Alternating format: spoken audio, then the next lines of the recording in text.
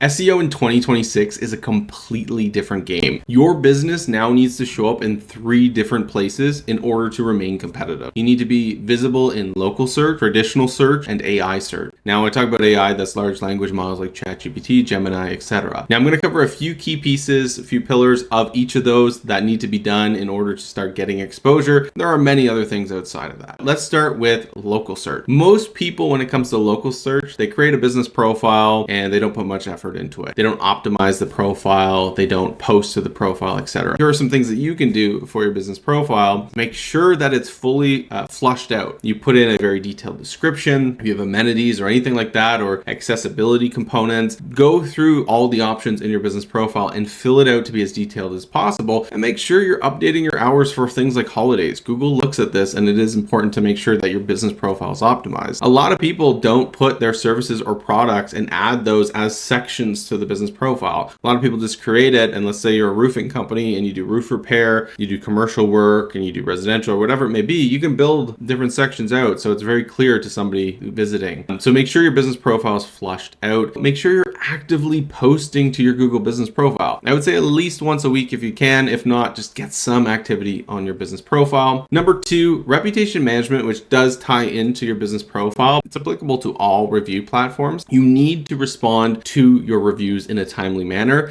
not just a thank you, thanks for your review, I love 5-star reviews, thank you. Take time, put some heart and soul into it, because you have to keep in mind this is an impression for somebody who's doing due diligence, looking for your product or service to see how you operate as a business. If they like your responses and they see like, look, your heart's in this, I feel good about it, I love how you responded, that's a chance to win somebody's business. The timeliness of responses is of value. And a little trick as well, when you are requesting a review, most people will have good intentions to leave a review, they never do. Make sure you make it as easy as possible. Take the exact review link and provide that to somebody. And there are some software and tools as well that is super easy to pre-populate a review to some extent using tags and things. Make sure you get them to mention the services that they hired you for, because if you look at Google reviews specifically, you'll notice that tags accumulate. So for instance, in a digital marketing agency, if somebody's constantly mentioning SEO, you're going to see the SEO tag accumulate to a quantity of, let's say, 15, 16, 17, the more people mention it, which helps our local exposure for SEO. So there's a lot of little details like that to consider. Outside of making sure your business profile is optimized and review management, another important thing for local search is business listings. Now, there's Yelp and there's Hot Frog, but there's all these different platforms that are business listings or directories that you want to have your information on. And many of them are free. And the reason this is important, and it does tie into AI as well, but it's largely for local search, is the fact that you need to have your NAP, your NAP consistent, name, address, phone number. The more websites that you're on and you have that consistent across the board, like even if it's not a do follow backlink from those sites, it's important to have that consistency across the web, and it helps you locally and in AI as well to have as many mentions as possible. And then ideally you want to build reviews on those platforms if you can, if they have a review component or a review engine to show some consistency across the web. That's a lot on local. Let's talk about traditional search. Traditional search, we have high quality content generation. It's still core at what we do.